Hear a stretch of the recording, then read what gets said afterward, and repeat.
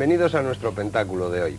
Estoy seguro que en numerosas ocasiones han oído ustedes hablar de las posibles relaciones que hay entre los gobiernos, entre los militares y entre los ovnis. Hoy vamos a intentar hablar de ello, los ovnis como arma supersecreta de las superpotencias. Para ello está con nosotros nuestro invitado Manuel Carballal. Manuel, bienvenido al pentáculo. Hola, ¿qué tal? Es un placer tenerte con nosotros. ¿Qué relación hay? Tú eres un investigador y llevas muchos años investigando este tema. ¿Qué relación puede haber entre los ovnis, entre los gobiernos de las superpotencias y entre los militares? Muchas, relaciones muchas, desde el origen del fenómeno, cuando en la época moderna, cuando el 24 de junio de 1947 Kenneth Arnold ve esa formación ya famosa de un nuevo objeto sobre el monte Rainier,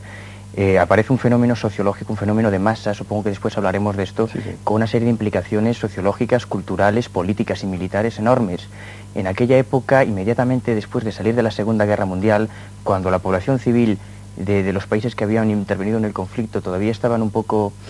sensibilizados, pues no convenía, no podía de alguna forma permitirse que determinados objetos no identificados estuviesen invadiendo el espacio aéreo de los países como los Estados Unidos impunemente, sobre todo después de salir de una guerra.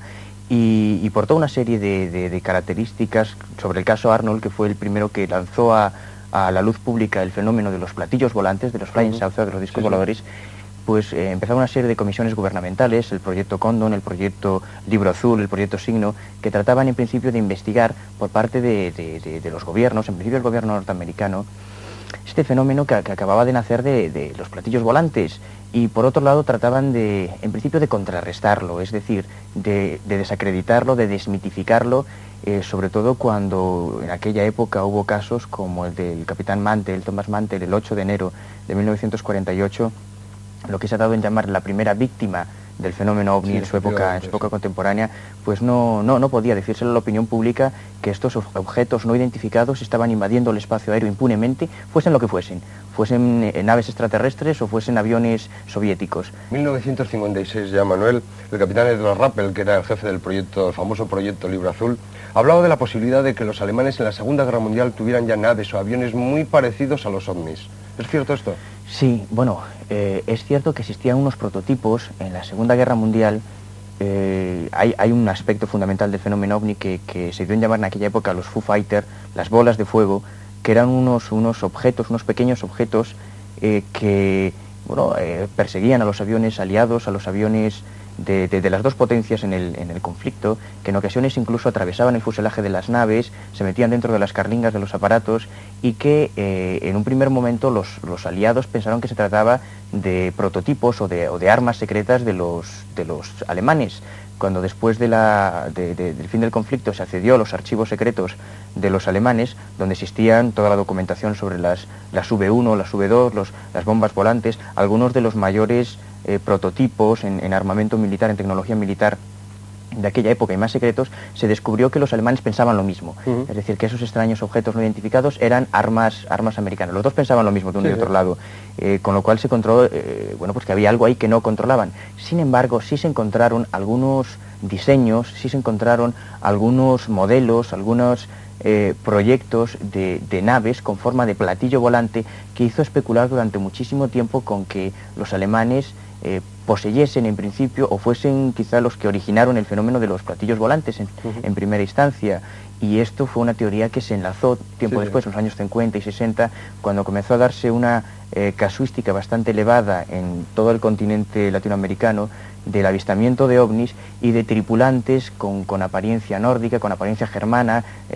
personajes altos, rubios, de aspecto germano. Esto volvió a poner de moda, muy venusinos, muy adasquianos. Comenzó a ponerse de nuevo de moda el mito de que los alemanes quizá tuviesen mucho que ver con el fenómeno de los ovnis en primera instancia, pero en principio no pasó de ahí. Nunca se ha podido demostrar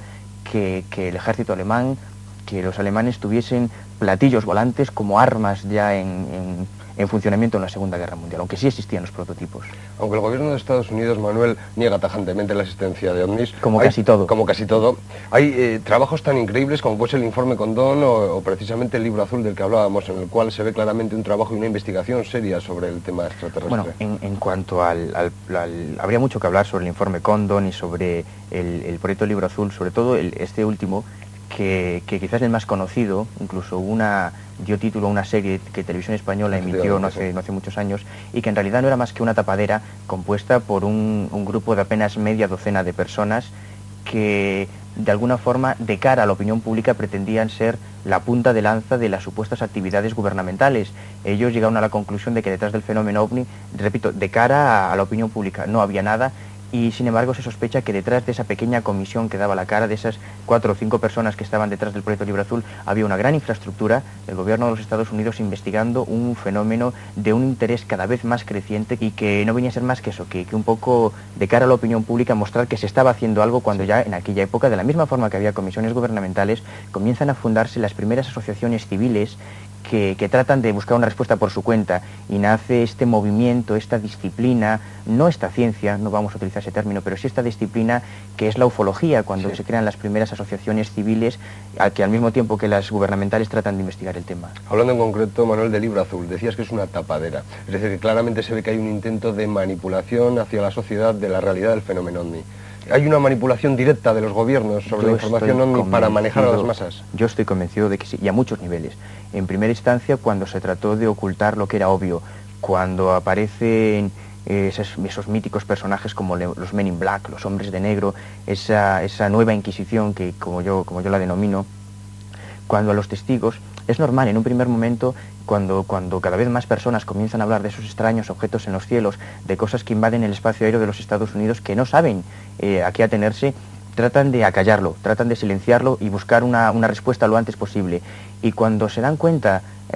después de pasar algunos años, de que ese fenómeno, sin embargo, puede utilizarse, como casi todo, cuando se dan cuenta de que se trata de un fenómeno de masas, que es un fenómeno sociológico, que puede comercializarse, que puede utilizarse para atraer, porque es un fenómeno terriblemente atractivo, el mito de los extraterrestres, sí, el mito OVNI,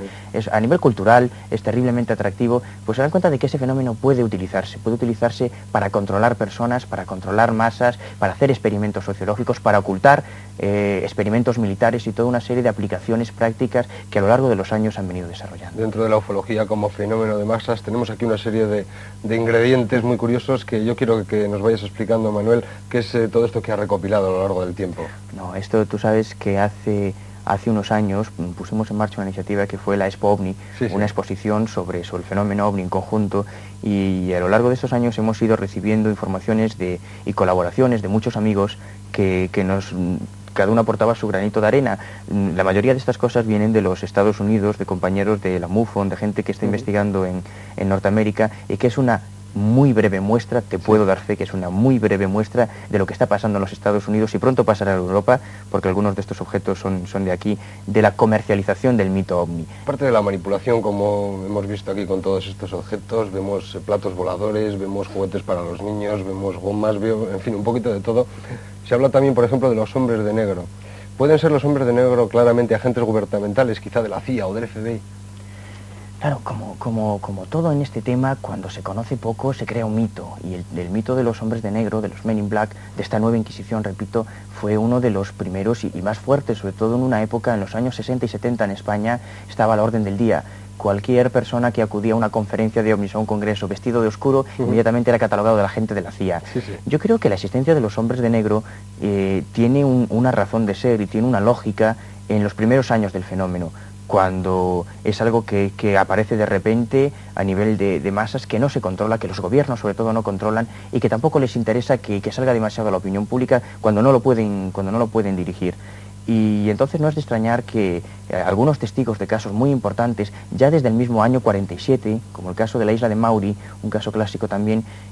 pues aparecen estos personajes que tratan de conseguir las pruebas, las fotografías de ovnis, las primeras filmaciones, los restos, los elementos que habían dejado algunos de estos objetos en algunos casos, y tiene una razón de ser que la existencia de este mito moderno. Sin embargo, al paso de los años, el fenómeno de los hombres de negro ha ido decreciendo, ha quedado un poco en el olvido y se ha convertido en una de las asignaturas históricas